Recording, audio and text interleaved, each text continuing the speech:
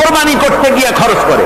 হ্যাঁ, কোরবানি করবেন আপনি, ভালো একটা কোরবানি করবেন, আপনার পয়সা যেমন আছেন তেমন, কিন্তু 50,000 টাকা দাম দিয়ে একটা গরু কিনা সেই গরুর গলায় মালা দিয়া এরপরে সারা শহরে প্রদর্শনী করতে হবে, এর কোনো যুক্তি নাই। আছে কোনো যুক্তি?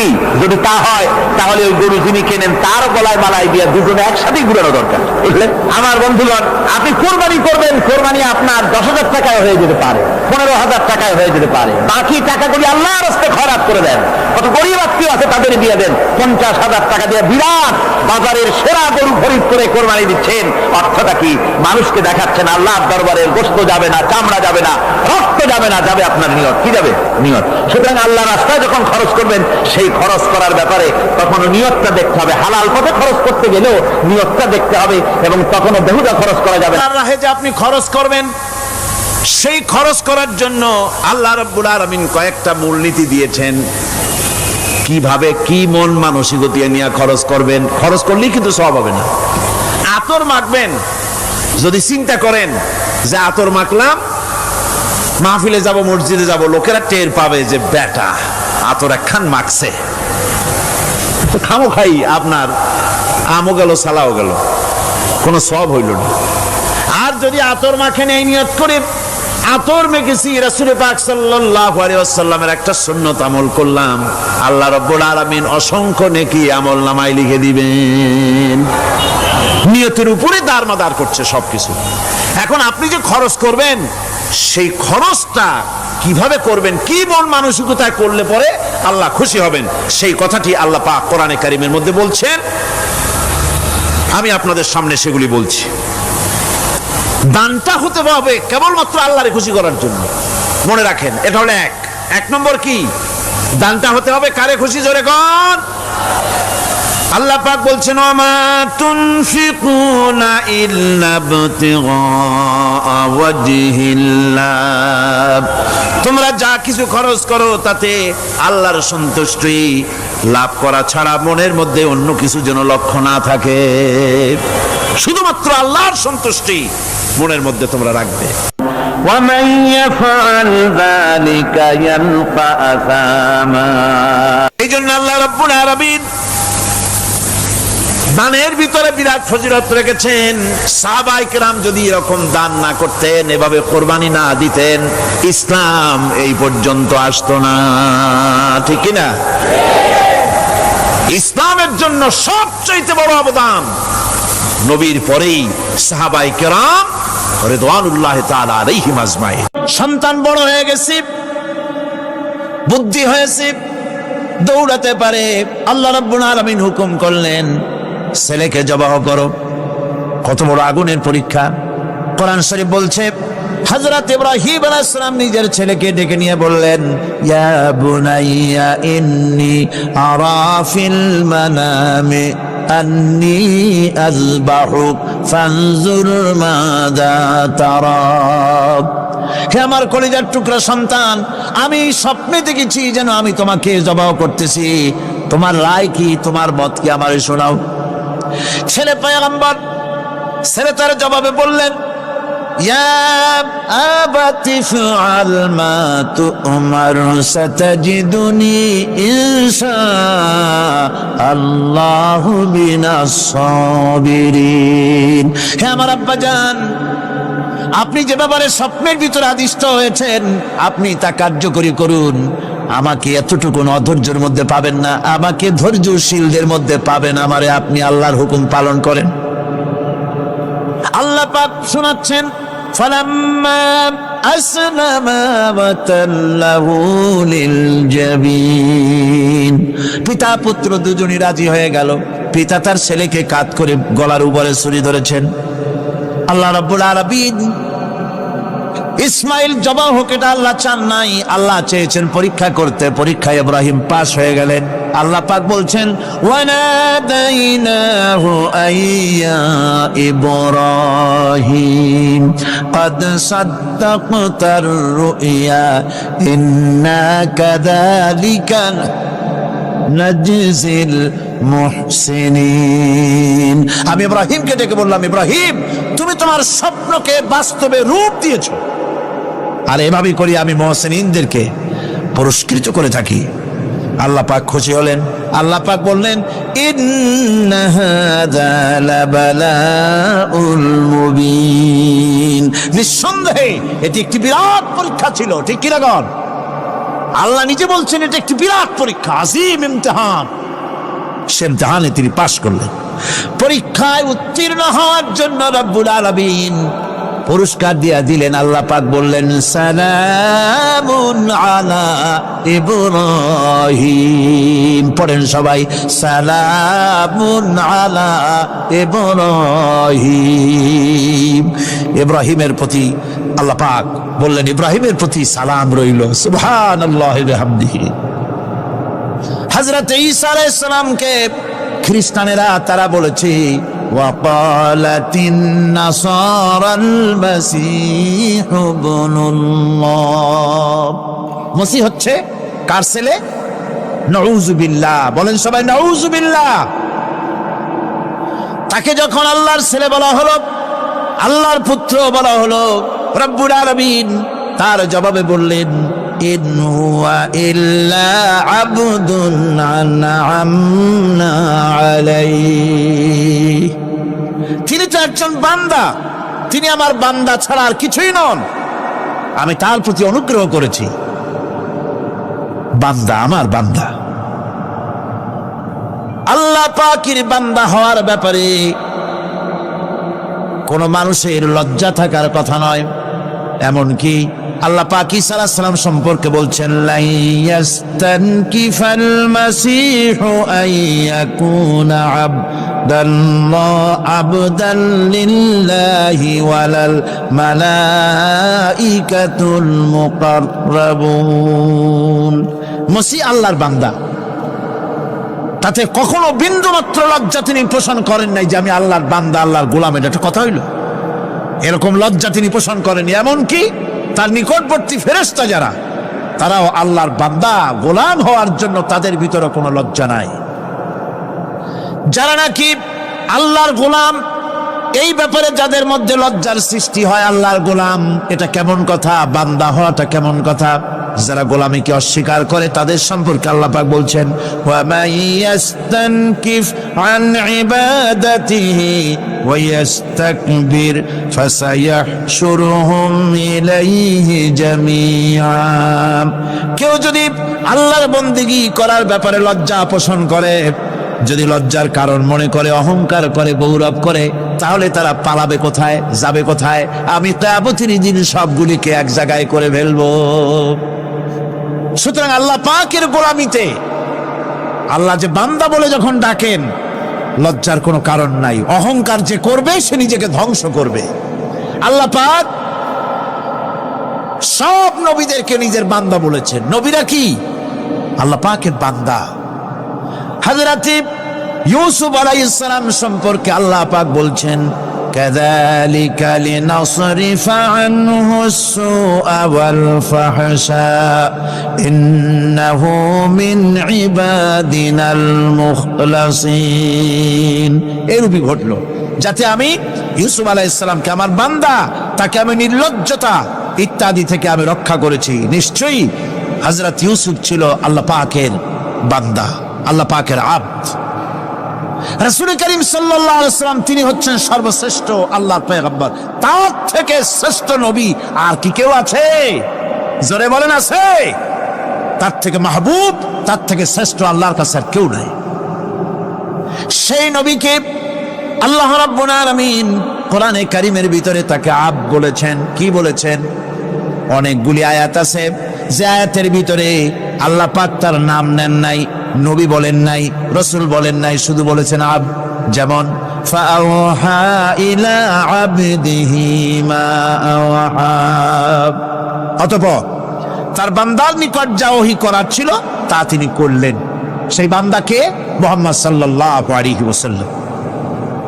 অন্য আয়াতে আল্লাহ পাক বলছেন, وأنه لما قام عبد الله يدعوه كادوا يكونون عليه لبدا। আর এই আল্লাহর বান্দা যখন নামাজ পড়তে দাঁড়িয়ে গেল, আল্লাহকে ডাকার জন্য যখন দাঁড়ালো, তখন লোকেরা তার উপরে ঝাঁপিয়ে পড়ল। ঝাঁপিয়ে পড়ার জন্য প্রস্তুতি গ্রহণ করলো। এখানে আব বলা হয়েছে কাকে? মুহাম্মদ সাল্লাল্লাহু আলাইহি সাল্লামকে। এভাবে করে অন্য এক আয়াতে আল্লাহ পাক তার হাবিবকে আব বলছেন, বান্দা বলতেছেন, ইন কুনতুম ফি রাইবিম মিম্মা নাযালনা আলা আবদিনা, আমার বান্দার উপরে যে কিতাব নাজিল করেছি তাতে যদি তোমাদের কোনো সন্দেহ হয়, এই যে আমার বান্দার উপরে, ওই বান্দা কে বলেন সবাই? মুহাম্মদ রাসূলুল্লাহ সাল্লাল্লাহু আলাইহি ওয়াসাল্লাম। অন্য আয়াতে বলা হচ্ছে, তাবারাকাল্লাযী নাযালাল ফুরকানা আলা আবদিহি লিয়াকুনা লিল আলামিনা নাযীরা। অতীব বরকতপূর্ণ সেই মহান সত্তা যিনি তার বান্দার উপরে ফুরকান নাজিল করেছেন। কে সেই বান্দা? মুহাম্মদ সাল্লাল্লাহু আলাইহি ওয়াসাল্লাম। মেরাজের ঘটনা বলতে গিয়ে আল্লাহ রাব্বুল আলামিন বলতেছেন, সুবহানাল্লাযী আসরা বিআবদিহি লাইলাম মিনাল মাসজিদিল হারামি ইলাল মাসজিদিল আকসা। পবিত্র সেই মহান সত্তা যিনি তার বান্দাকে ইসরা করিয়েছেন। কে সেই বান্দা? মুহাম্মদ রাসূলুল্লাহ সাল্লাল্লাহু আলাইহি ওয়াসাল্লাম। সুতরাং আবদিয়াত, ইবাদত, গোলামি, এটা হচ্ছে মানুষের জীবনের সবচেয়ে বড় মর্যাদাকর খেতাব আল্লাহর পক্ষ থেকে আল্লাহর বান্দা হওয়া। গোলামি পরিপূর্ণরূপে হবে কেবলমাত্র আল্লাহ পাকের। এই গোলামির জন্যই আল্লাহ পাক আমাদেরকে সৃষ্টি করেছেন, অন্য কোনো কাজে আমাদেরকে সৃষ্টি করেন নাই। সেই জন্য আমাদেরকে গোলামি করতে হবে, আনুগত্য করতে হবে কেবলমাত্র কার বলুন তো? এই গোলামি যদি সঠিকভাবে করি, যদি বান্দারা যারা আল্লাহ পাকের বান্দা বলে, গোলাম বলে নিজেদেরকে দাবি করে, যদি সঠিকভাবে ইবাদতটা করা যায়, তাহলে আল্লাহ তাদের জন্য কি ওয়াদা করেছেন শুনুন। দুনিয়ায় তাদেরকে আল্লাহ পুরস্কার দেবেন, আখিরাতেও দেবেন। এটা বন্ধ করে, দুনিয়া এবং আখিরাতে আল্লাহ পুরস্কার দেবেন।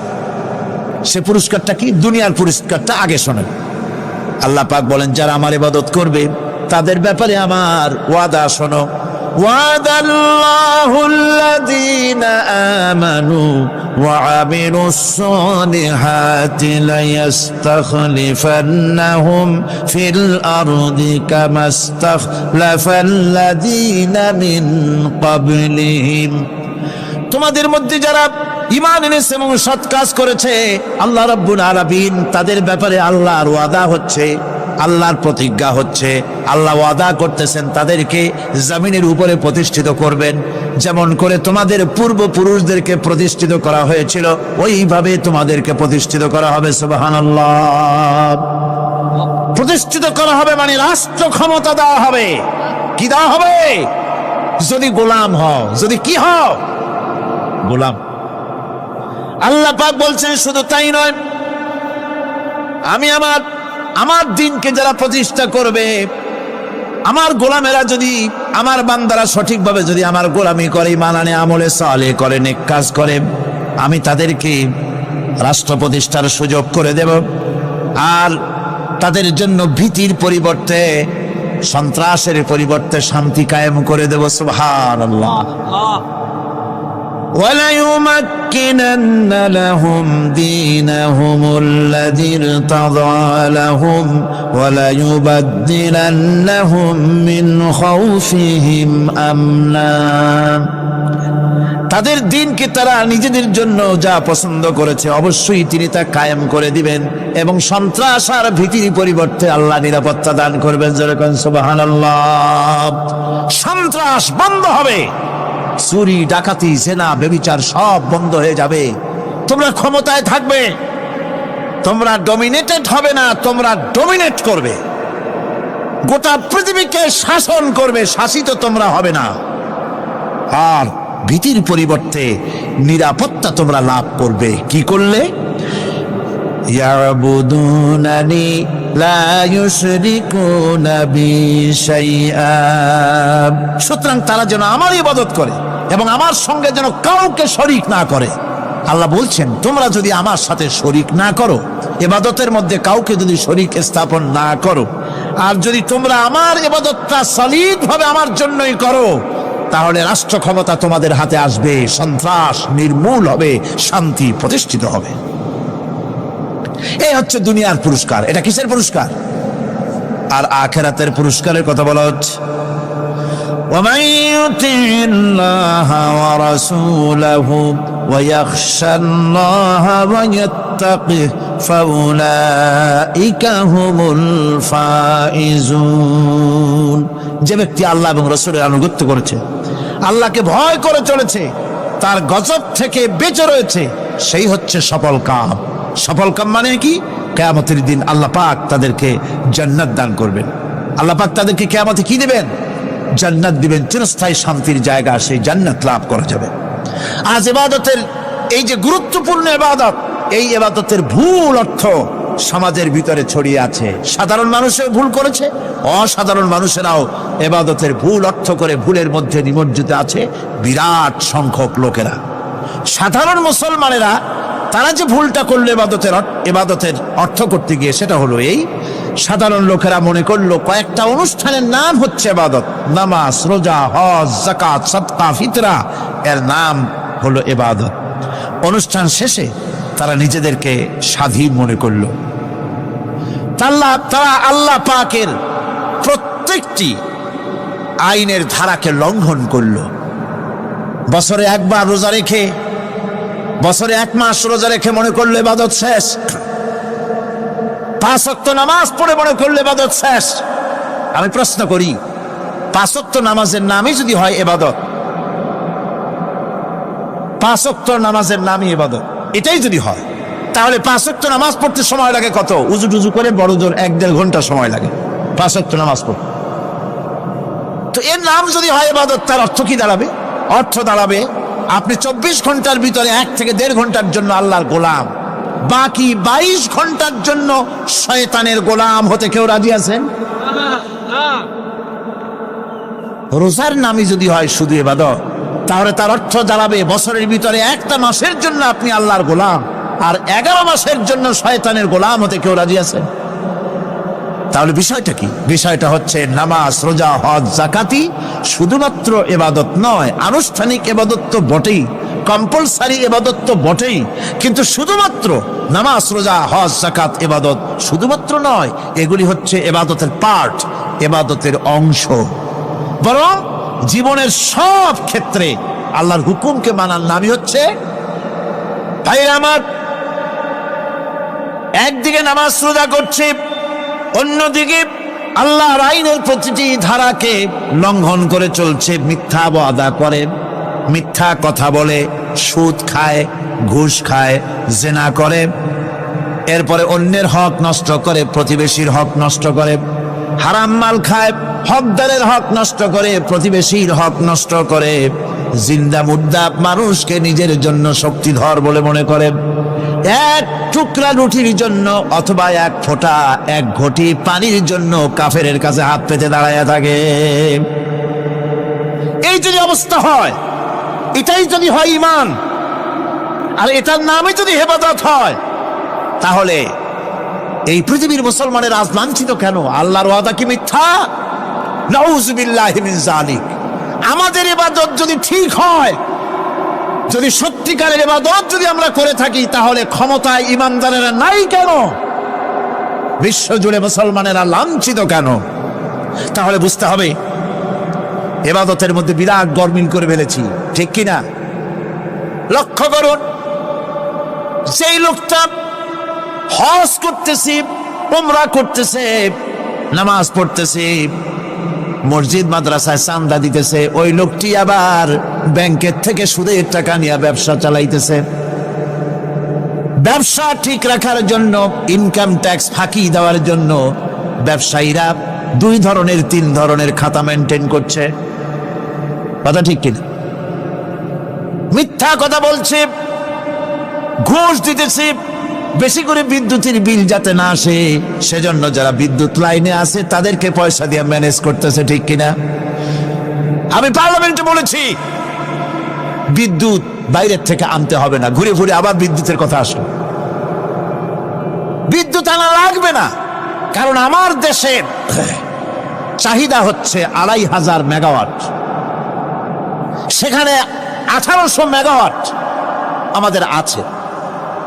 আরেকদিকে ৪টা বিদ্যুৎ প্রকল্প বন্ধ হয়ে আছে। ওই ৪টি বন্ধ হওয়া প্রকল্প যদি চালু করা যায় তাহলে ২৯০০ মেগাওয়াট বিদ্যুৎ উৎপাদিত হতে পারে বলে বিশেষজ্ঞরা বলেছেন। তাহলে আমাদের উদ্বৃত্ত ৪০০ মেগাওয়াট থেকে যাবে। এইটা কি বাইরের থেকে আনার কোনো দরকার নাই। বিদ্যুতের অপচয় বন্ধ করুন, বিদ্যুতের চুরি বন্ধ করেন। মিল কল কারখানা যাদের আছে লক্ষ লক্ষ টাকা বিদ্যুৎ বিল হয়, কিন্তু লাইনম্যানদের সঙ্গে ম্যানেজ করে গভর্নমেন্টকে ফাঁকি দেওয়া হচ্ছে। ঠিক কিনা গম? তোমার নামাজের দাম কি? তোমার হজের 4 পয়সা দাম নাই।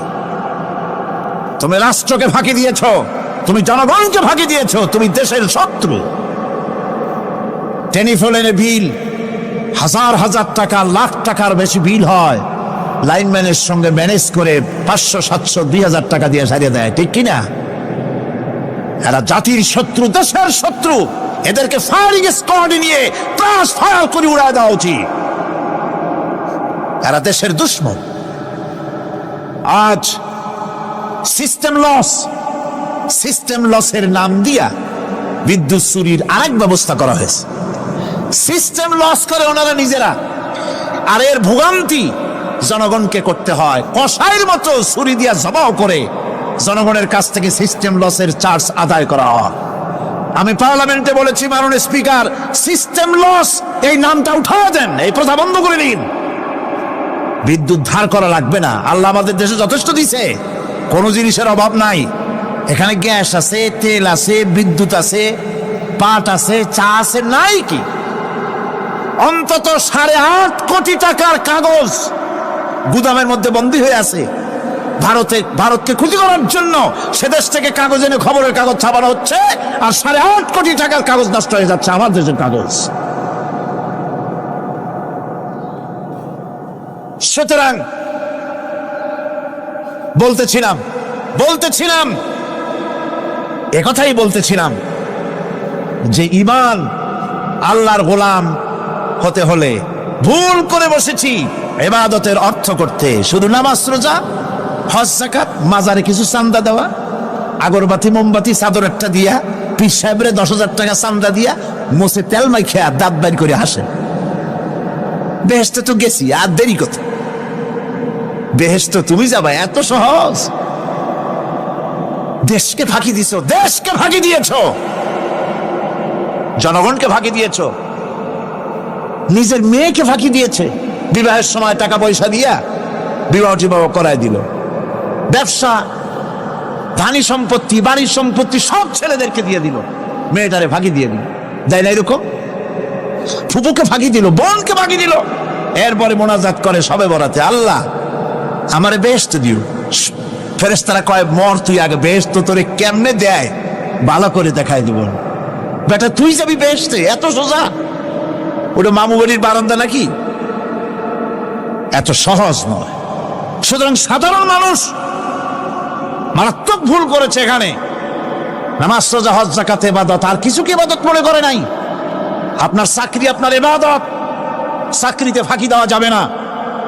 আপনি সুস্থ মানুষ, মেডিকেল লিভ নিয়ে ওয়াজ মাহফিল অথবা কোনো ইজতেমায় যাওয়া যাবে না, কোনো চেল্লা দিতে যাওয়া যাবে না। মেডিকেল লিভ নিয়ে আপনি সুস্থ মানুষ, কেন আপনি মেডিকেল লিভ নিচ্ছেন? আপনি ফাঁকি দিতে পারবেন না। সরকারি চাকরি করেন, মিল কল কারখানায় চাকরি করেন, ফরজ নামাজ পড়েছেন ভালো কথা, সুন্নাত পড়েছেন ভালো কথা, নফল পড়বেন না। জোহরের নফল পড়া বাদ দিন যদি আপনি চাকরিজীবী হন। চাকরি করেন, ওটাই ইবাদত। এর নাম ইসলাম, এর নাম ইসলাম। গভর্নমেন্ট যে বেতন দেয় সেই বেতনের উপরে সন্তুষ্ট থাকুন, ঘুষ খাইয়েন না। যদি বেশি বেতন লাগে গভর্নমেন্টের কাছে দাবি জানান যে আমাদের বেতন বাড়ায় দাও। ঘুষ খাবেন কেন? হারাম। জোরে কোন এটা কি? এই ঘুষের টাকা মাজারে দিয়া, পীরেরে দিয়া আল্লাহরে খুশি করবেন, এত সহজ না, এত সহজ না। সেই জন্য আমি সব ভাইদের খেদমতে আরজ করব, ইবাদত হচ্ছে জীবনের সব ক্ষেত্রে গোলামি, সকল ক্ষেত্রে গোলামি। চাকরিতে, অফিসে, আদালতে, কলকারখানায়, ক্ষেত খামারে, পার্লামেন্টে, সেক্রেটারিয়েটে, সেনানিবাসে, স্কুলে, কলেজে, বিশ্ববিদ্যালয়, সর্বত্র গোলামি কার? আল্লাহ পাকের। রিজকে হালাল করতে হবে, উপার্জনকে হালাল করতে হবে, সত্যিকারের আল্লাহর গোলাম হতে হবে। এক্ষেত্রে ইবাদতের অসাধারণ ব্যক্তি যারা, তারাও এক শ্রেণীর অসাধারণ ব্যক্তিরাও ভুল করে বসছেন। তারা যে ভুলটা করলেন ওটা হচ্ছে তারা তাসবিহ, জায়নামাজ, খানকাহ, হুজরাখানা এর ভেতরে বসে জিকির আজগার করাটাকেই জীবনের জন্য আল্লাহর ইবাদত মনে করে নিলেন। আল্লাহর বান্দারা যখন অনাচার ব্যভিচারে লিপ্ত, আল্লাহর আইনের পরিবর্তে যখন মানুষের তৈরি করা আইন চলছে, চেচনিয়া বসনিয়া যখন মানুষদেরকে জবাও করা হচ্ছে, বসনিয়ার মুসলমান সন্তানদেরকে যখন জবাও করা হয়, কাশ্মীরের স্বাধীনতাকামী মুসলমানদের অধিকার হরণের জন্য তাদের উপরে যখন বন্য হায়নার মতো, পশুর মতো যখন ভারতীয় শত্রু সৈন্যরা যখন হামলা চালায়, সোমালিয়ার মানুষগুলি যখন না খেয়ে তাদের হাড়, পাঁজরার হাড়গুলি যখন বেরিয়ে যায়, তখনও যদি আপনি খানকার ভেতরে থেকে তসবিহ পড়েন আর তাহাজ্জুদের নামাজ পড়ে কপালে দাগ লাগান, এই অন্যায়ের বিরুদ্ধে যদি সোচ্চার না হন, আপনার এই তসবির কোনো দাম নাই। আপনাকে সোচ্চার হতে হবে, আপনাকে অন্যায়ের বিরুদ্ধে খাড়া হতে হবে। একদিকে তাহাজ্জুদের নামাজ তো পড়বেনই, জিকির তো করবেনই, কোনো সন্দেহ নাই। আর একদিকে সিংহের মতো অন্যায়ের বিরুদ্ধে গর্জে উঠতে হবে। তাতে যদি প্রয়োজন হয় মুজাদ্দেদ আল ফেসানির মতো কারারুদ্ধ হন না কেন, সেটাই কিসমত, সেটাই তাকবীর। হক কথা বলতে হবে।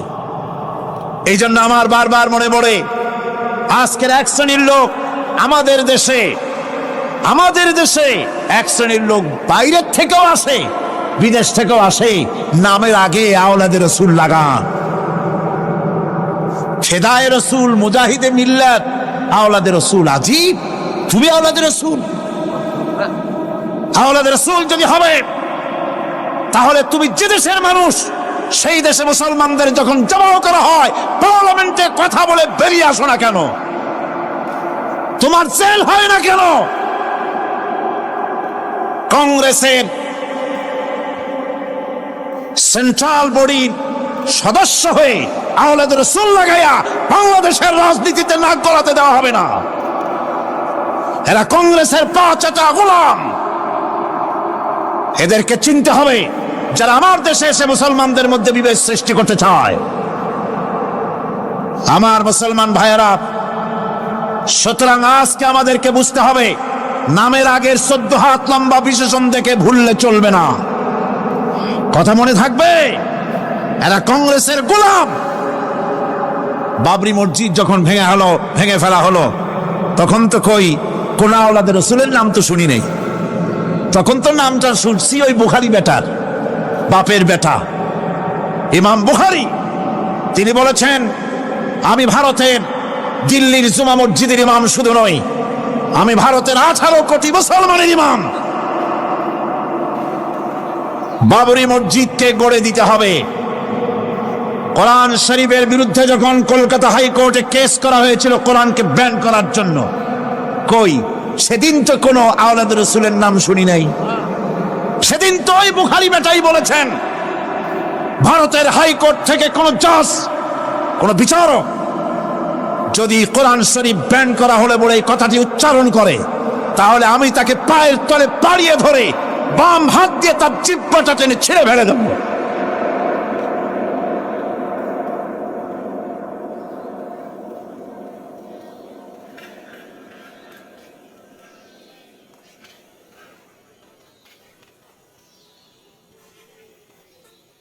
বন্ধুগণ, সুতরাং আমাদেরকে বুঝতে হবে, বসুন, বেয়াদবি করবেন না, বসেন। আমাদেরকে বুঝতে হবে, খানকায় শুধু জিকির আজগার করলেই চলবে না। হযরতে শাহজালাল রহমতুল্লাহ আলাইহি এক হাতে ছিল তরবারি, আর এক হাতে ছিল কোরআন। লড়াই করেছেন, হজরতে শাহ মখদুম, হজরতে খান জাহান আলী, হজরতে খাজা মঈনুদ্দিন চিশতি আজমেরি রহমতুল্লাহ আলাইহি, হজরতে মুজাদ্দিদ আল ভিসানি রহমতুল্লাহ আলাইহি। মুরিদের বাড়ি জম্মের খাওয়া খাইয়া পেটটা কুমিরের মতো বড় করে নাই, জেল খেটেছে হক কথা বলতে গিয়ে। বাপের বেটা হও, নিজের দেশে কথা কও। বাংলাদেশে এসে তারপরে জনগণের টাকা লুটপাট করার ক্ষমা হোক, কাউকে অধিকার দেওয়া হবে না। আমার বন্ধুগণ, আল্লাহর ওলি যারা, তারা এভাবে করে জনগণের খেদমত করেছেন, কথা বলেছেন। সুতরাং শুধু জিকির আজকার করলেই হবে না, হক কথা বলতে হবে স্পষ্ট করে।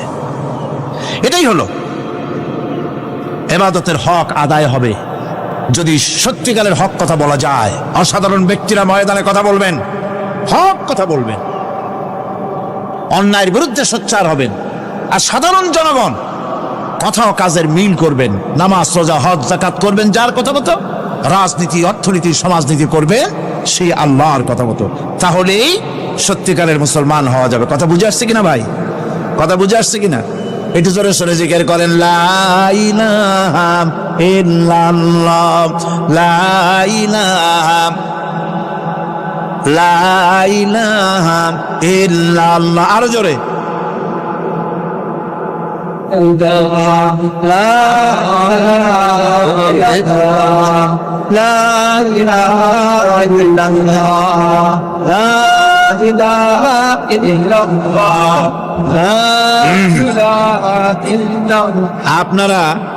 আপনারা যদি মাথা উঠাইয়া দেখতে থাকেন তো কি দেখবেন? মানুষের মাথা টুপি ছাড়া তো কিছুই দেখা যাবে না। কাজী ওঠা বসা না করে আজকে এক পবিত্র রাত আমরা আল্লাহর কাছে দোয়া করব। আলোচনার আমি এগিয়ে যাচ্ছি। ইবাদত আমাদেরকে বুঝতে হবে। ইবাদত যদি না বুঝি তাহলে মুসলমান বলে দাবি করারও কোনো মূল্য নাই। মানব জন্ম বৃথা। কারণ হচ্ছে আল্লাহ রাব্বুল আলামিন বলেছেন, মা খালাকতুল জিন্না ওয়াল ইনসা ইল্লা লিয়াবুদুন। মানুষ আর জিন জাতিকে আমি সৃষ্টি করেছি আমার গোলামির জন্য। কার গোলামি? ওই গোলামির পূর্ণাঙ্গ নমুনা যদি জানতে চাই, পূর্ণাঙ্গ নমুনা দৃষ্টান্ত লাগবে। কাকে অনুসরণ করব? পূর্ণাঙ্গ ইবাদতের আল্লাহর গোলামির পূর্ণাঙ্গ নমুনার জন্য কোরআনে কারিমে দৃষ্টান্ত সেট করা হয়েছে। হযরত ইব্রাহিম আলাইহিস সালামের আল্লাহ পাক বলেন, ইয ক্বালা লাহু রাব্বুহু আসলিম ক্বালা আসলামতু লিরাব্বিল আলামিন। তার অবস্থা এই ছিল। কার? ইব্রাহিম আলাইহিস সালাম। তার অবস্থা এই ছিল যে তার রব যখন তাকে বললেন আনুগত্যের মস্তককে অবনত করে দাও, তিনি বললেন আমি আমার বিশ্বপালকের সামনে মাথাটা নত করে দিলাম। সুবহানাল্লাহ। কোন শর্ত ছাড়াই মাথা নিচু করে দিলাম। এই পন্থায় তিনি যে পন্থাটা অবলম্বন করেছিলেন, এই পন্থায় চলার জন্য তার সন্তানদেরকেও তিনি হুকুম করেছিলেন। ووصى بها إبراهيم ببنيه ويعقوب يا بني إن الله اصطفى لكم الدين فلا تموتن إلا وأنتم مسلمون। ইয়াকুব এবং ইব্রাহিম আলাইহিস সালাম তার সন্তানদেরকে এই উপদেশ দিয়েছিলেন যে তিনি বলেছিলেন, হে আমার সন্তানেরা, আল্লাহ ছাড়া তোমাদের জন্য আল্লাহ পাক এই দ্বীনকে মনোনীত করেছেন। আল্লাহ পাকের আনুগত্য করবে, তার দ্বীনের প্রতি সারেন্ডার করবে। আর খবরদার মুসলমান না হয়ে যেন তোমরা মরে যেও না। মৃত্যু মুসলমান অবস্থায় থাকবে, অর্থাৎ মৃত্যু পর্যন্ত থাকবে কি অবস্থায়? মুসলমান অবস্থায়। أم كنتم شهداء إذ حضر يعقوب الموت إذ قال لبنيه ما تعبدون من بعدي। ইয়াকুব আলাইহিস সালাম তার মৃত্যুর সময় জিজ্ঞেস করেছিলেন, ও আমার সন্তানেরা, আমার মৃত্যুর পরে তোমরা কার ইবাদত করবে, কার গোলামি করবে? তারা জবাব দিলেন, قالوا نعبد إلهك وإله آبائك إبراهيم وإسماعيل وإسحاق إلها واحدا ونحن له মুসলিমুন। নিঃসন্দেহে আমরা ইবাদত করব, গোলামি করব আপনার রবের, আপনার পিতার রবের, এবং আল্লাহর ইবাদত করব। আপনিও আপনার পূর্বপুরুষ ইব্রাহিম, ইসমাইল যে আল্লাহকে ইবাদত করেছে, সে আল্লাহ পাকের ইবাদত আমরা করব এবং তার অনুগত হয়ে থাকব। দাসত্ব এবং পূর্ণাঙ্গ, দাসত্বের গোলামির পূর্ণাঙ্গ নমুনা হচ্ছেন হযরত ইব্রাহিম আলাইহিস সালাম। আল্লাহর গোটা জমিন যখন শিরকের অন্ধকারে ডুবে গিয়েছিল, তখন হযরত ইব্রাহিম আলাইহিস সালাম তাওহীদের আলো জ্বালিয়ে দিয়েছিলেন। এই নিবেদিতদের ইমাম হিসাবে আল্লাহ পাক তাকে ঘোষণা দিলেন। কোরআনে কারীম বলছে, وَإِذَا ابْتَلَى إِبْرَاهِيمَ رَبُّهُ بِكَلِمَاتٍ فَأَتَمَّهُنَّ قَالَ إِنِّي جَاعِلُكَ لِلنَّاسِ إِمَامًا। ইব্রাহিমকে তার রব কয়েকটি বাক্য দিয়ে পরীক্ষা করলেন এবং তিনি সেই পরীক্ষাগুলোতে পাশ করলেন। তখন আল্লাহ রাব্বুল আলামিন তাকে বললেন যে আমি তোমাকে গোটা বিশ্ব মানবতার জন্য, গোটা বিশ্বের সমস্ত মানুষের জন্য আমি তোমাকে নেতা বানাবো। সুবহানাল্লাহি বিহামদি। প্রথম পরীক্ষা হলো, গতকাল বলেছি, সে আগুনের পরীক্ষা। সেখানে আল্লাহ পাক তাকে পাশ করালেন, তিনি পাশ করলেন। দ্বিতীয় পরীক্ষা ছিল বিবি এবং নবজাতক সন্তানকে নিয়ে আল্লাহ হুকুম করলেন, এই বিবি আর বাচ্চারে নিয়ে মরুভূমিতে রেখে আসো। মরুভূমিতে যেখানে ঘর নাই, বাড়ি নাই, সেই জায়গায় বিবি এবং বাচ্চাকে রেখে যাওয়ার সময় তিনি বললেন, রব্বানা ইন্নী আসকানতু মিন যুররিয়াতি বিওয়াদিন গায়রি যী যারইন ইনদা বাইতিকাল মুহাররাম। হে আল্লাহ রাব্বুল আলামিন, আমি পানি এবং তরুলতাবিহীন এক মরুভূমির ভিতরে আমার বংশের একটি অংশকে এখানে রেখে গেলাম। তোমার ঘরের কাছে পুনর্বাসিত, আমি তাদের কাছে, এই ঘরের কাছে, সম্মানিত ঘরের কাছে রেখে গেলাম। পরীক্ষায় তিনি পাশ করলেন। হযরতে হাজেরা প্রশ্ন করলেন, ইব্রাহিম, পানি নাই, খাবার নাই, মানুষ নাই, ঘর নাই, বাড়ি নাই, মরুভূমির ভিতরে আমাকে আর আমার বাচ্চারে ফেলে রেখে যাচ্ছ কেন? কোনো জবাব নাই। দুইবার তিনবার প্রশ্ন করলেন। এরপরে তিনি আবার প্রশ্ন করলেন, বললেন, ইব্রাহিম, এটা কি আল্লাহর হুকুম নাকি? হযরত ইব্রাহিম আলাইহিস সালাম নিজের কলিজার টুকরা সন্তান আর বিবিকে রেখে যেতেছেন ভারাক্রান্ত মন নিয়ে। তিনি আকাশের দিকে আঙ্গুল উঁচু করে দেখালেন। হযরত হাজেরা বুঝলেন ইনি তো আল্লাহর পয়গম্বর, আমার কোন অপরাধে এভাবে ফেলে যাওয়ার কথা নয়। তিনি বুঝলেন এটা আল্লাহর হুকুম। হযরতে হাজেরা বললেন, ইব্রাহিম রে, নিশ্চিন্ত মনে বাড়ি ফিরে যাও। আমার মনে কোনো চিন্তা নাই, কোনো পেরেশানি আর এখন নাই।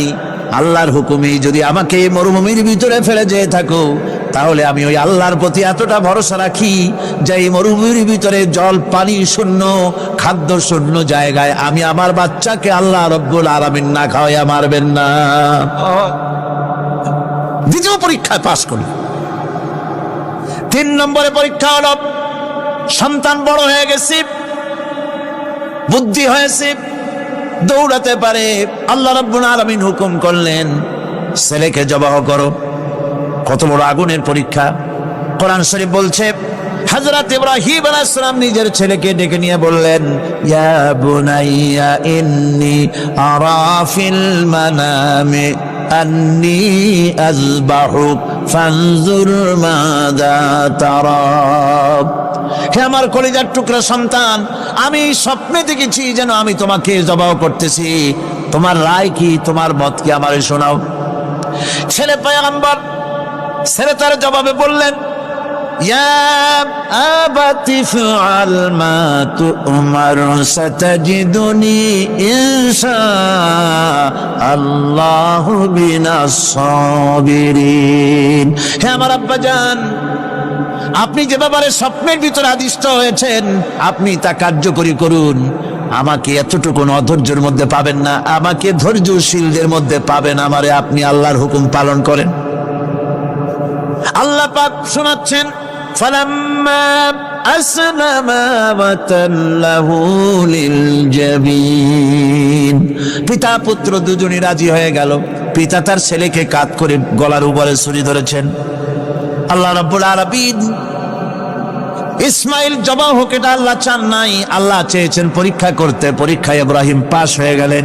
আল্লাহ পাক বলছেন, ওয়ানাদাইনাহু আইয়া ইব্রাহিম قد صدقت الرؤيا إنا كذلك নাজিল মুহসিনিন। আমি ইব্রাহিমকে ডেকে বললাম, ইব্রাহিম তুমি তোমার স্বপ্নকে বাস্তবে রূপ দিয়েছো, আর এভাবেই করি আমি মুহসিনিনদেরকে পুরস্কৃত করে থাকি। আল্লাহ পাক খুশি হলেন। আল্লাহ পাক বললেন, ইন্না হাযা লাবালাউল মুবিন। নিঃসন্দেহে এটি একটি বিরাট পরীক্ষা ছিল, ঠিক কি না গণ? আল্লাহ নিজে বলছেন এটা একটি বিরাট পরীক্ষা, আজিম ইমতিহান। সে ইমতিহানে তিনি পাশ করলেন। পরীক্ষায় উত্তীর্ণ হওয়ার জন্য রব্বুল আলামিন পুরস্কার দিয়া দিলেন। আল্লাহ পাক বললেন, সালামুন আলা ইব্রাহিম। পড়েন সবাই, সালামুন আলা ইব্রাহিম। ইব্রাহিমের প্রতি আল্লাহ পাক বললেন, ইব্রাহিমের প্রতি সালাম রইল। সুবহানাল্লাহি ওয়া বিহামদিহি। ইবাদত এর আনুগত্যের এই উৎকৃষ্ট দৃষ্টান্ত স্থাপনের পর আল্লাহ পাক তার গোটা বিশ্বের মুসলমানদেরকে কিয়ামত পর্যন্ত ইব্রাহিম আলাইহিস সালামকে জাতির পিতা বানায়া দিলেন। সুবহানাল্লাহ, কইতে ইচ্ছা করে না? এরকমের পরীক্ষা কোন পিতারা দিতে পারছে নাকি? গোটা বিশ্বের সমস্ত মানব মণ্ডলীর জন্য আল্লাহ পাক ইব্রাহিম আলাইহিস সালামকে কিয়ামত পর্যন্ত জাতির পিতা হিসাবে ঘোষণা করেছেন। সুবহানাল্লাহ। মিল্লাতা বিকুম ইব্রাহিম ওয়া সাম্মাকুমুল মুসলিমিন। তোমরা তোমাদের পিতা ইব্রাহিমের মিল্লাতের উপর প্রতিষ্ঠিত হও। আল্লাহ পাক বলছেন, তোমাদের পিতা ইব্রাহিমের মিল্লাতের উপর প্রতিষ্ঠিত হও, আর আল্লাহই তোমাদের নাম রেখেছে মুসলমান। তোমরা হচ্ছে মুসলমান। আমাদের পরিচয়, ওই যে পরিচয়ের কথা আগে হয়ে গেছে, আমাদের পরিচয় আমরা মুসলমান। আমাদের পরিচয় কি? মুসলমান। এটা প্রথম পরিচয়। ইবাদতের পূর্ণাঙ্গ মাপকাঠি হিসেবে আল্লাহ পাক হযরত ইব্রাহিম আলাইহিস সালামকে দুনিয়াবাসীর সামনে পেশ করেছে। কোরআন বলছে, ইহুদি এবং খ্রিস্টানেরা মুসলমানদেরকে বিভ্রান্ত করতে চায়। তারা বলে, وقالوا كونوا هودا أو نصارى تهتدوا قل بل ملة إبراهيم حنيفا وما كان من المشركين। ইহুদিরা বলে ইহুদি হও তবেই তোমরা সঠিক পথ পাবা, খ্রিস্টানের বলে খ্রিস্টান হও তবেই তোমরা সঠিক পথ প্রাপ্ত হবে। আল্লাহ পাক বলছেন, এদের সকলকে বলে দাও বরং তোমরা সব পরিত্যাগ করে মিল্লাতে ইব্রাহিমের ভিতরে শামিল হয়ে যাও। এটাই মুক্তির পথ, এটাই নাজাতের পথ, এটাই আল্লাহর পথ। সুবহানাল্লাহি ওয়া বিহামদিহি। এমনকি রাসূল কারীম সাল্লাল্লাহু আলাইহি ওয়াসাল্লামকে আল্লাহ পাক বলেছেন, আনিত্তাবি' মিল্লাতা ইব্রাহিম হানিফা। চারদিক থেকে মুখ ফিরিয়ে এনে মিল্লাতে ইব্রাহিমের ভিতরে শামিল হয়ে যাও, তারই অনুসরণ করো। রাসূল কারীম সাল্লাল্লাহু আলাইহি ওয়াসাল্লাম ইবাদত বা আনুগত্যের সর্বোৎকৃষ্ট নমুনা হওয়ার কারণে ইব্রাহিম আলাইহিস সালাম সম্পর্কে হুজুর বলেছেন, ইন্না ইব্রাহিমা খায়রুল বারিয়া, রাওয়াহু মুসলিম। হুজুর সাল্লাল্লাহু আলাইহি ওয়াসাল্লাম বলেছেন, ইব্রাহিম হচ্ছেন জগতের সর্বোত্তম ব্যক্তি। সুবহানাল্লাহ। সুতরাং আমাদেরকে ইবাদতের নমুনা হিসেবে ইব্রাহিম আলাইহিস সালামকেও মানদণ্ড হিসেবে দেখতে হবে যে কিভাবে তিনি সারেন্ডার করেছিলেন আল্লাহ পাকের দরবারে। এখন আমি আপনাদের সামনে বলতে চাই, মানুষের জীবনে সবচাইতে বড় দুটি চাহিদা আছে। একটা হচ্ছে খাদ্য, আর একটা হচ্ছে নিরাপত্তা। একটা খাদ্য, আর একটা কি? নিরাপত্তা। পেট ভরে খাইতে চাই, আর চোর ডাকাতের উপদ্রব থেকে নিরাপত্তা পেতে চায়। আইন শৃঙ্খলা পরিস্থিতির উপরে যখন পার্লামেন্টে আলোচনা হচ্ছিল, আমি তখন বলেছি, মাননীয় স্পিকার, আমার দেশের সাধারণ ভোটারদের বড় কোনো আশা আকাঙ্ক্ষা নাই। তারা কোনোদিন বলে না যে আমাদের গুলশানে বাড়ি দিতে হবে, সকলে আমাদেরকে মঙ্গল গ্রহে অফিস বানায় দিতে হবে, বাসেরও গাড়ি দিতে হবে, এগুলি তারা দাবি করে না।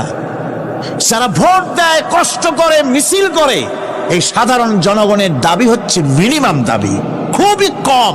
তাদের দাবি হলো মোটা সুতার কাপড় চাই ইজ্জত ঢাকার জন্য, পেট ভরে খেতে চাই, পোলাও কোরমা বিরিয়ানির দরকার নাই, আর আশ্রয়ের জন্য ছোট্ট একটু ঘর চাই, চোর ডাকাতের উপদ্রব থেকে নিরাপত্তা চাই।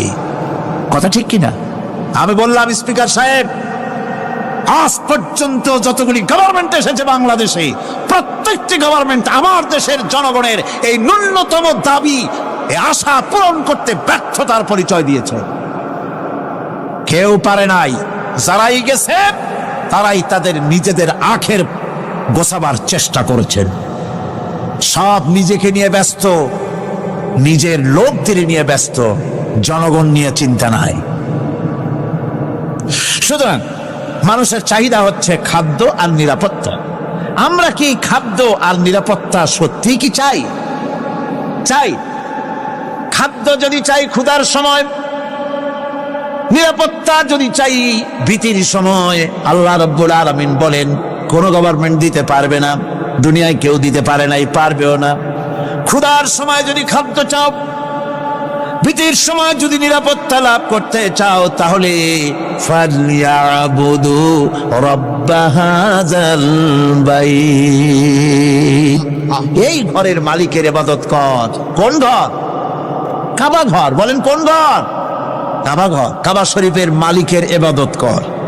তাহলে কি হবে? আল্লাযী আত'আমাহুম মিন জু'ইন ওয়া আমানাহুম মিন খাউফ। এই ঘরের মালিকের ইবাদত যদি করো, তাহলে ক্ষুধার সময়ে তিনি তোমাদেরকে খেতে দিবেন, আর ভীতির সময় তিনি তোমাদের নিরাপত্তা দান করবেন। এ ওয়াদা কার?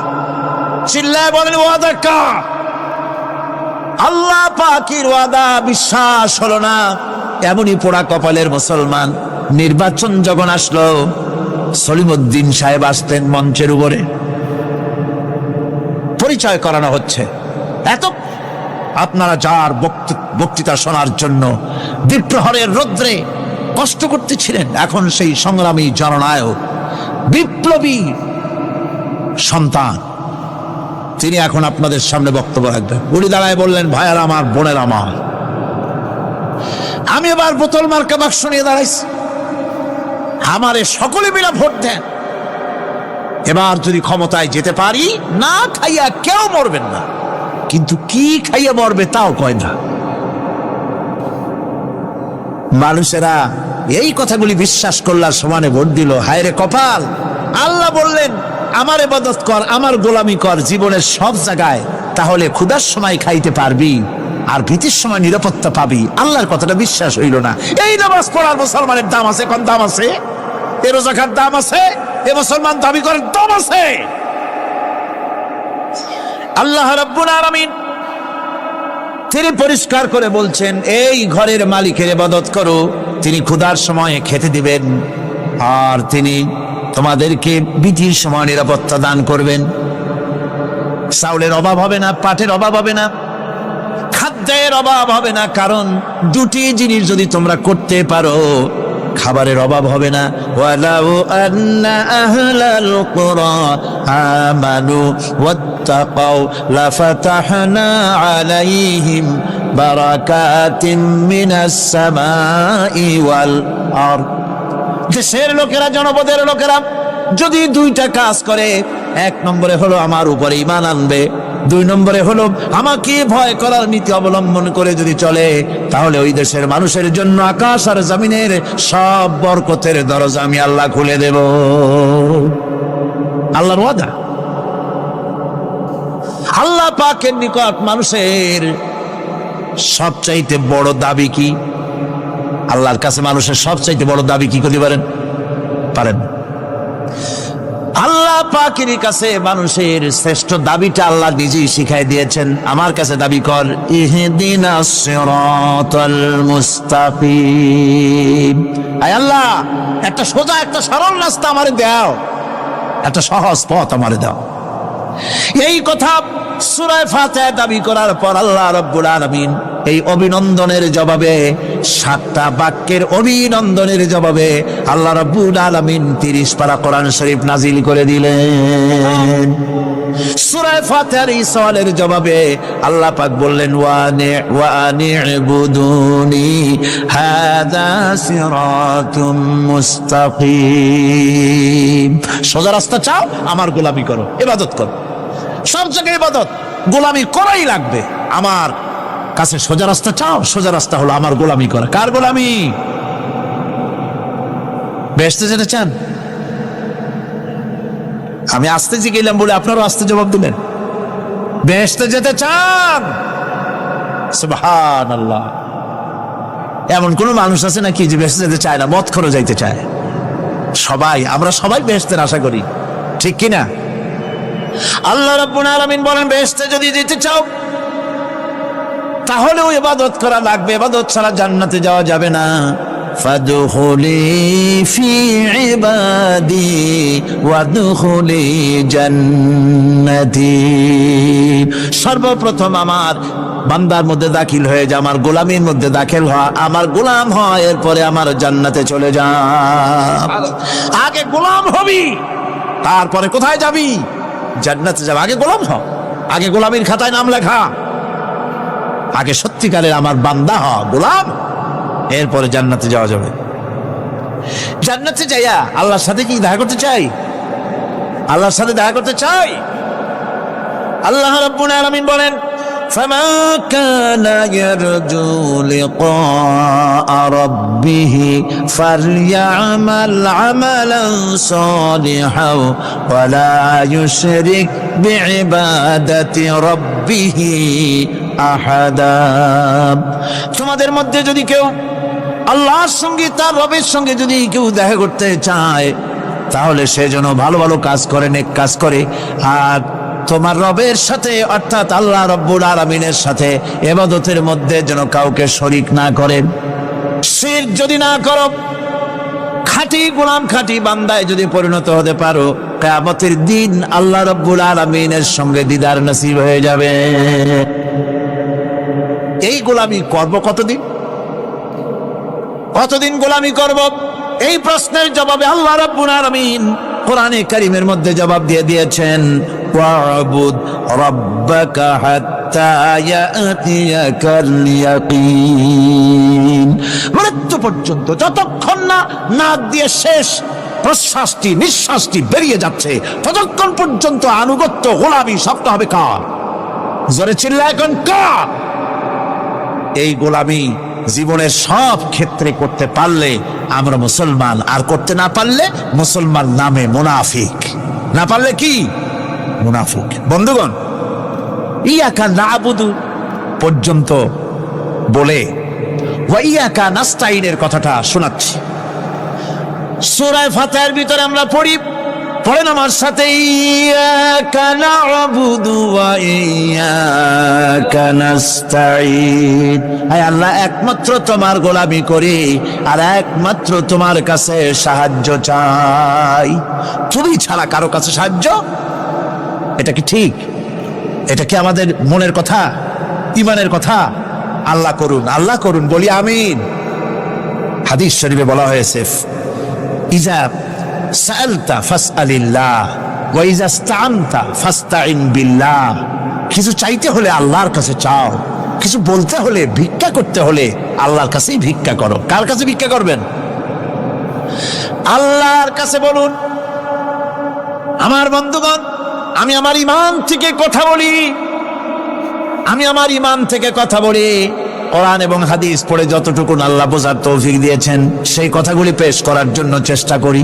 বন্ধুগণ, এদিক ওদিক কোনো দিকে না ঘুরে মসজিদে যান, মসজিদে গিয়ে নামাজ পড়েন, আর আল্লাহর কাছে হাত পেতে আল্লাহরে বলেন। সেজদা গিয়া যখন রব্বুল আলামিনের দরবারে কিছু চাইবেন, হুজুরের কাছে জিজ্ঞেস করা হয়েছে, হুজুর বান্দা কখন আল্লাহর নিকটবর্তী হয়ে যায়? আল্লাহর নবী বলেছেন, বান্দা যখন সেজদা দেয় তখন বান্দা একেবারে আল্লাহ পাকের কাছে চলে যায়। আল্লাহর কাছে চান যা দরকার, ছেলে নাই, মেয়ে নাই, বউ নাই, অথবা চাকরি নাই, প্রমোশন চাই, ব্যবসায় উন্নতি চাই, যা দরকার কাকে বলবেন? মনটাকে পরিষ্কার করুন, আজকে মনটাকে সাফ করুন, সমস্ত দুর্বলতা থেকে মনকে উঠায় আনো, বিশ্বাস করুন যা চাওয়ার যা বলার সবটা আল্লাহর কাছে। কার কাছে? আমি তার গোলাম। আমি কার গোলাম? আল্লাহ ছাড়া কারো কাছে আমার অভিযোগ তুলবো না, সবটা বলবো আল্লাহর কাছে। বলে দেখেন, বলে দেখেন আল্লাহ পাক কিভাবে আপনাকে সাহায্য করেন। সুবহানাল্লাহ। ভাইরা আমার, আল্লাহ রাব্বুল আলামিন রাসূল করিম সাল্লাল্লাহু আলাইহি ওয়াসাল্লামকে বলেছেন, ফাইদা ফারাগতা ফানসাব ওয়া ইলা রাব্বিকা ফারগাব। যখন তুমি খালি হাত হয়ে যাবে, দাঁড়িয়ে যাবে এবং তোমার রবের কাছে মিনতি জানাবে, কিছু যখন থাকবে না, তোমার রবের কাছে দাঁড়ায় যাও আর তার কাছে মিনতি জানাও, তোমাকে আল্লাহ ভরপুর করে দিবেন। ভান্ডের কোনো অভাব নাই। আমাদের ভান্ড হচ্ছে যত দেব তত কমবে, আর আল্লাহর ভান্ড যত দেয় তত সমান সমান থাকে, মোটেই কমে না, মোটেই কমে না। সুতরাং দয়াল বাবা, বাবাজান, কেবলাজান বাবা কি যে কবে আর কি করবে দিশা করতে পারে না। গান বাজনা, তারপরে গোসল শরীফ, কি জানি হাবিজাবি শরীফ, কোনো শেষ নাই, বেদাত দিয়ে ভরে গেছে। এগুলি বিশ্বাস করবেন না, বেদাত খারাফা, এর সাথে মুসলমানের কোনো সম্পর্ক নাই। গান বাজনার সাথে মুসলমানের কোনো সম্পর্ক। হাতে কতগুলো ঢোল নিয়ে তারপরে মাজারের কাছে গিয়ে ঢোল বাজায়, কবরের কাছে, মাথায় কতগুলো চুল, দাঁতে ময়লা, মোষগুলা ঠোঁট দুইটা ঢাইকিয়া দাড়ির কাছে এসে পড়ছে। হায় হায় রে, এই রকমের মোষ আমি মাঝে মধ্যে চিন্তা করি যে দই খায় কেমনে এরা? গাঁজা মদ খাইয়া এগুলো মাজার মধ্যে গিয়ে পড়ে থাকে, আর কি জানি আছে ওইটারে ঘষে আর বলে মদিনা যাব কেমনে, মদিনা যাব কেমন। তুই মদিনা যাবি কেমনে? মদ খেয়ে গাঁজা খেয়ে তুই যাবি মদিনা? একটা কথা হইল? তোর নাপাক কদম আল্লাহ পাকের আরতে মুকদ্দাসে উঠতে পারে না।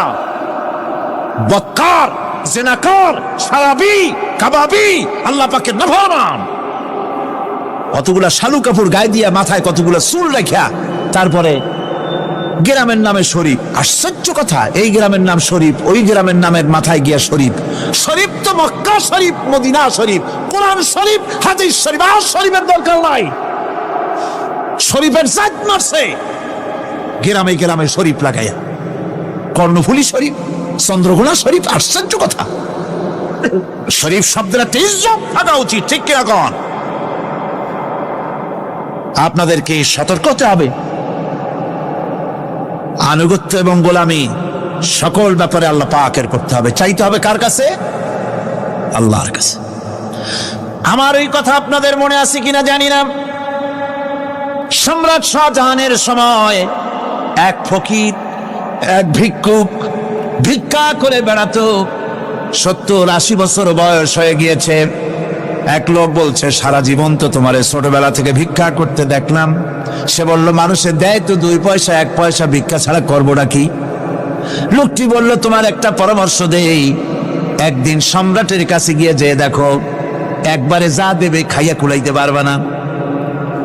সম্রাট শাহজাহান কোথায় আছে এখন? দেখো গিয়ে মসজিদে আছে। লোকটি মসজিদের বাইরে গিয়ে দেখে সম্রাট একা হাত তুলে বসে আছে, চোখ থেকে পানি পড়তেছে দর দর করে, দাড়ি ভিজে জামায় পড়তেছে। বহুক্ষণ দাঁড়িয়ে আছে। এরপরে সম্রাট তার মুনাজাত শেষ করে বেরিয়ে আসছেন।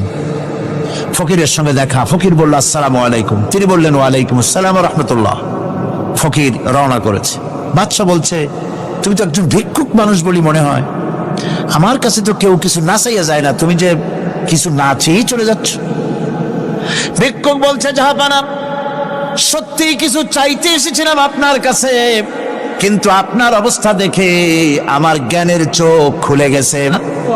আমি দেখতে পেলাম আমি যে সম্রাটের কাছে ভিক্ষা চাইতে আসলাম, আমি তো শুধু তাকায় আছি, আমি তো কান্দি না, বরং আমি যার কাছে চাইতে এসেছি তিনি আমার চাইতে আরো নগণ্য ভিক্ষুকের মতো হয়ে কার কাছে যেন হাত পেতে চোখের পানি ফেলে কান্দে। মনে মনে ভাবলাম, সম্রাট কান্দে যে সম্রাটের কাছে, ওই আল্লাহ ছাড়া জীবনে কারো কাছে কিছু চাইব না। আল্লাহর কাছে চাওয়ার অভ্যাস করুন, তিনি দিতে পারেন, সবকিছু তার আছে। এই বিশ্বাস মনের ভিতরে জমাতে হবে, তাহলেই সত্যিকারের মুসলমান আমরা হব। আল্লাহ পাক সত্যিকারের গোলাম আমাদেরকে বানাবেন, আমরা বলি আমিন। মুনাফিকদের আরেকটা চরিত্র হলো, তারা যদি আজান শুনতে পায়, আজান এবং নামাজ সম্পর্কে তারা কটূক্তি করে, আজান এবং নামাজ সম্পর্কে তারা কটূক্তি করতে থাকে। এটা হলো মুনাফিকদের আরেকটা চরিত্র। আল্লাহ রাব্বুল আলামিন বলেন, وَإِذَا نَادَيْتُمْ إِلَى الصَّلَاةِ اتَّخَذُوهَا هُزُوًا وَلَعِبًا। যখন আজান তারা শোনে, যখন নামাজের দিকে তখন তাদেরকে ডাকা হয়, তখন তারা ঠাট্টা করে, বিদ্রুপ। আরেকটি চরিত্র হলো, সমাজের ভিতরে অশ্লীলতা বাড়াবার জন্য তারা প্রচেষ্টা চালায়। ইন্নাল্লাযীনা ইউহিব্বুনা আন তাশিআল ফাহিশাতু ফিল্লাযীনা আমানু লাহুম আযাবুন আলীম। ঈমানদার লোকদের মধ্যে অশ্লীলতা এরা বেশি করে ছড়াবার জন্য চেষ্টা করে, মানুষকে দুশ্চরিত্র বানাবার জন্য তারা চেষ্টা করে। এইভাবে করে রেডিওর মাঝে, সিনেমার ভিতরে, গানের মাধ্যমে, যাত্রার মাধ্যমে, পত্রপত্রিকার মাধ্যমে নানান ভাবে চেষ্টা চালায় যাতে করে মুসলমানদের মধ্যে চরিত্রহীনতা বাড়তে থাকে, শয়তানি বদমাশি বাড়ে, মানুষ চরিত্রবান হতে পারে এমন কিছু প্রদর্শিত হবে না, বরং প্রদর্শিত হবে মুনাফিকরা চেষ্টাই চালাবে যাতে করে মানুষের দ্বীন ও ঈমান নষ্ট হতে পারে, সেগুলি তারা করতে থাকবে। এগুলি হলো মুনাফিকের চরিত্র। এগুলি কি চরিত্র? পাপের কাজ যদি দেখে তড়িৎ গতিতে ওরা ঝাঁপিয়ে পড়ে। কোরআনে কারিমে রব্বুল আলামিন বলেন, وَتَرَى كَثِيرًا مِّنْهُمْ يُسَارِعُونَ فِي الْإِثْمِ وَالْعُدْوَانِ। মুনাফিকদের চরিত্র এটাও যে তারা যখনই সুযোগ পায় তখনই খারাপ কাজের দিকে, মন্দ কাজের দিকে ঝাঁপায় পড়ে এবং মানুষদেরকে মন্দের দিকে, গুনাহের দিকে, জুলুমের দিকে, অত্যাচারের দিকে তড়িৎ গতিতে তারা ঝাঁপায় পড়ে। এটা হলো তাদের কাজ।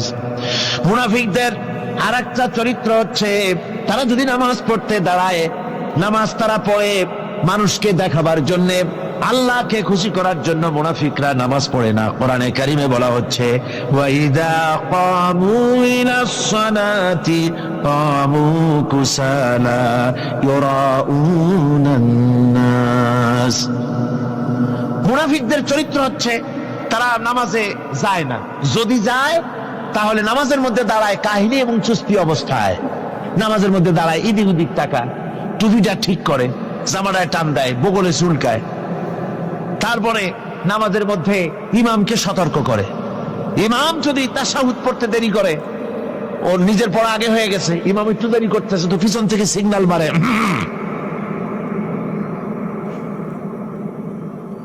এগুলি নামাজ হচ্ছে, আল্লাহ পাক বলছেন ইউরাউনান নাস, এরা মানুষকে দেখাবার জন্য নামাজ পড়ে, এগুলি আসল নামাজ নয়, এগুলি আসল নামাজ নয়, আল্লাহকে সন্তুষ্ট করার জন্য নয়, এগুলি মানুষকে দেখাবার জন্য তারা নামাজ পড়ে।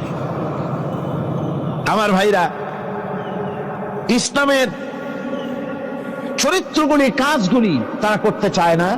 সব সময়ের জন্য ইসলামের সঙ্গে বিরোধিতা করা এবং ইসলামের অপব্যাখ্যা করা, এগুলি হচ্ছে এই মুনাফিকদের চরিত্র, মুনাফিকদের কাজ।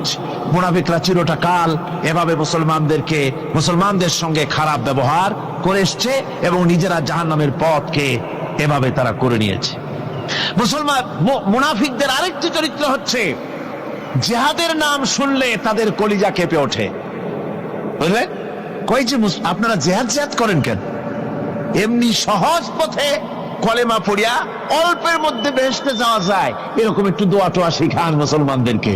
আমাদের কাছে মাঝে মধ্যে আসে, কয় যে মুনাফিক তো সহজে চেনা যায় না। কয় যে হুজুর, এই যে বারবার জিহাদ, এই মারামারি, এই ঠ্যাঙ্গি এগুলি আছে নাকি ইসলামের মধ্যে? কোথায় আছে যে মারামারি করা লাগবে, তারপরে মিছিল করা লাগবে, ধর্মঘট করা লাগবে, এ ধরনের জিহাদে অংশ নিতে হবে? এইগুলি কি?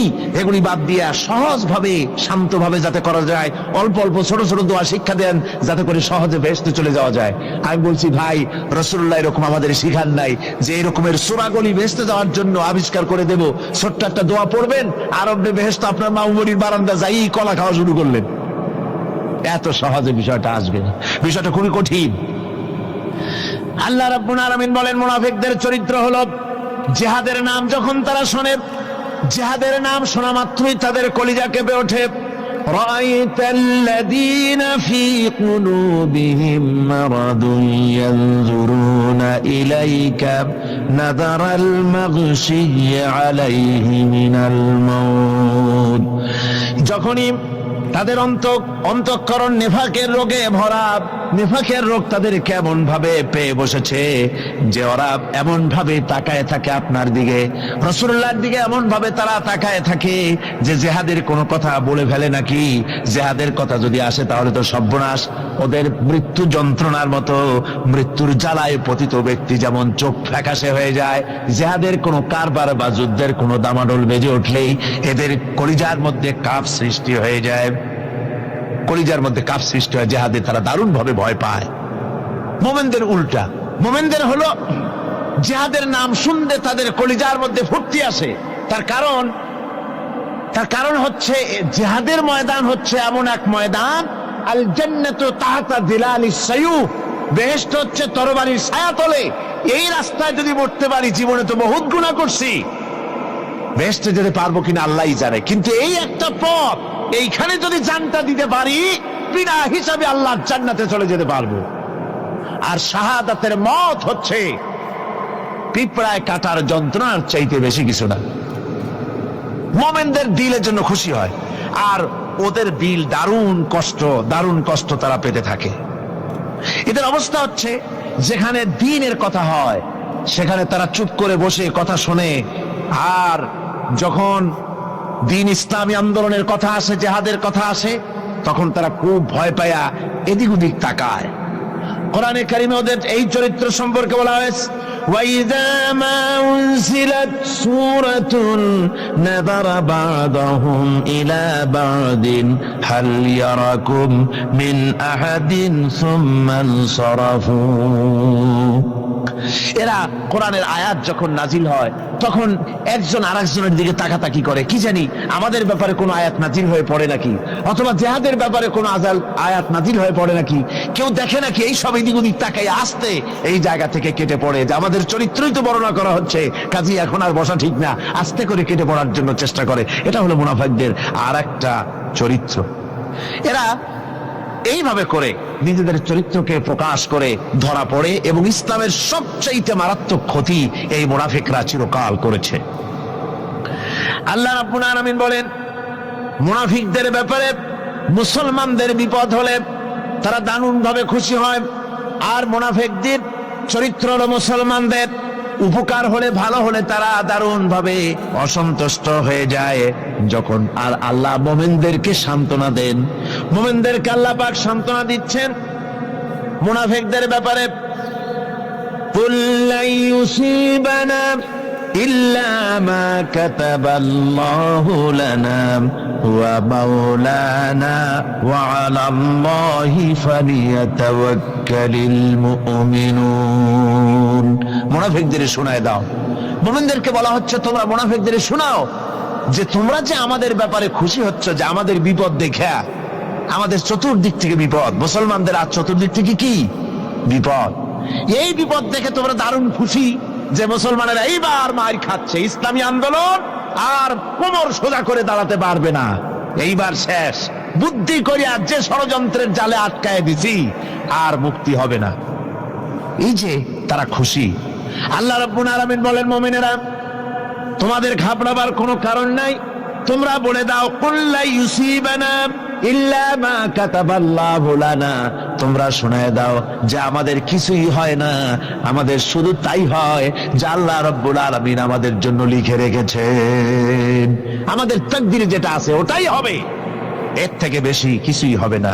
তিনি আমাদের মাওলা, তিনি আমাদের মনিব, তিনি আমাদের প্রভু। আর সমস্ত মুমিনদের উচিত সে আল্লাহর উপরই নির্ভর করা। তবে তোমরা জেনে রাখো,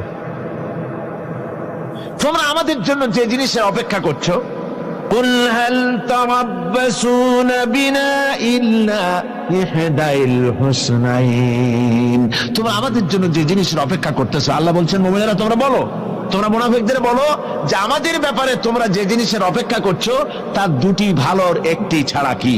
অর্থাৎ তোমরা আমাদের জন্য অপেক্ষা করতেছো আমরা যেন মরে যাই, আমরা যেন শেকস্ত খাই। তো আমরা যদি পৃথিবীতে মরে যাই তাহলে তো আমরা শহীদ হয়ে গেলাম, আর আমরা যদি বেঁচে থাকলাম তো আমরা তো গাজী হয়ে গেলাম। আমাদের ওই যে হাতি মরার মতো আর বাঁচার মতো, হাতি মরলেও লাখ টাকা, বাঁচলেও লাখ টাকা। আমরা মরলে গাজী, বাঁচলে কি শহীদ। কোন দিক দিয়ে আমাদের ঠগ নাই। সুতরাং তোমরা আমাদের জন্য যে জিনিস অপেক্ষা করো তার দুটো ভালোর একটি ছাড়া কি। আর আমরা তোমাদের ব্যাপারে, তোমরা যেমন আমাদের ব্যাপারে অপেক্ষা করতেছো, আমরাও তোমাদের ব্যাপারে আর একটা জিনিসের অপেক্ষা করছি। ওয়া নাহনু নাতারাব্বাসু বিকুম আইয়ুসিবাকুমুল্লাহু বিআযাবিন মিন ইনদিহি আও বিআইদিনা, আমরাও তোমাদের জন্য অপেক্ষা করতেছি একটা জিনিসের। তোমরা আমাদের জন্য দুটি জিনিস অপেক্ষা করো, আমরাও তোমাদের জন্য দুটি জিনিস অপেক্ষা করছি। তা হচ্ছে এই, তোমাদের শাস্তিটা আল্লাহ নিজে দিবেন না আমাদের হাত দিয়ে দেওয়াবেন, আমরা সেইটার অপেক্ষা করতেছি। ফাতারাব্বাসু ইন্না মাকুম মুতারাব্বিসুন, সুতরাং তোমরা অপেক্ষা করতে থাকো, আমরা অপেক্ষা করতে থাকি। ব্যাপারটা কোথায় গিয়ে দাঁড়ায় আসো আমরা সকলে তা লক্ষ্য করি। সুতরাং এই মুনাফিকদের এই হচ্ছে চরিত্র, চিরকাল ইসলামের সঙ্গে বিরোধিতা করা, মুসলমানদের সাথে ঠাট্টা বিদ্রুপ করা, এটাই হচ্ছে তাদের চরিত্র। এই চরিত্র দিয়েই তারা ইসলামকে চিরকাল ক্ষতিগ্রস্ত করে এসেছে। রব্বানা যালামনা আনফুসানা ওয়া ইন লাম তাগফির লানা ওয়া তারহামনা লানাকুনান্না মিনাল খাসিরিন। রব্বানা লা তুযিগ কুলুবানা বা'দা ইয হাদাইতানা ওয়া হাব লানা মিন লাদুনকা রাহমাতান ইন্নাকা আনতাল ওয়াহ্হাব। আয় আল্লাহ তাআলা, হাজার হাজার মুসলমান নরনারী ঠান্ডাকে উপেক্ষা করে তোমার দ্বীনের কথা শোনার জন্য, কোরআনে কারীমের কথা শোনার জন্য এই মাঠে এসে হাজির হয়েছে। আল্লাহ তুমি দয়া করে মেহেরবানি করে আলোচনার সওয়াবটুকু হুজুরে পুরনূর সাল্লাল্লাহু আলাইহি ওয়াসাল্লামের রূহ মোবারকে পৌঁছে দাও।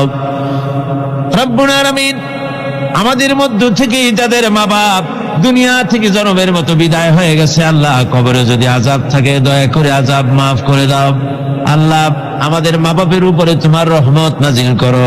রব্বিরহামহুমা কামা রব্বায়ানি সগীরা, রব্বিরহামহুমা কামা রব্বায়ানি সগীরা।